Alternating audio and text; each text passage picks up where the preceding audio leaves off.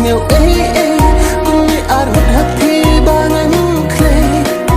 na mai na ít ba lạt tăng nhấp thì ai lạt ba ngân đỡ ít giá thì na nhất chỉ sao hình nghèo ấy cũng như át hụt hấp thì ba ngân clay na mai na ít ba lạt tăng nhấp thì ai lạt ba ngân đỡ ít giá thì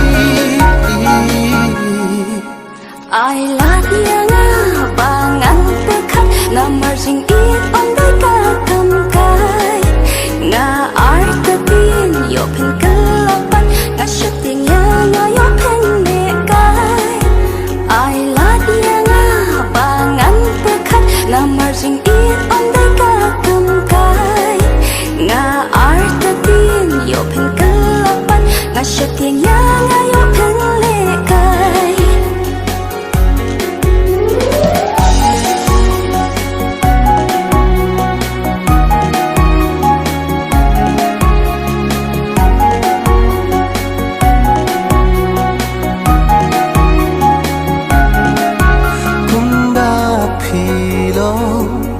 cả khôn xoẹt đằng ly ngầm qua bờ cả lời trong phi can thư ly ngàn pun biang pun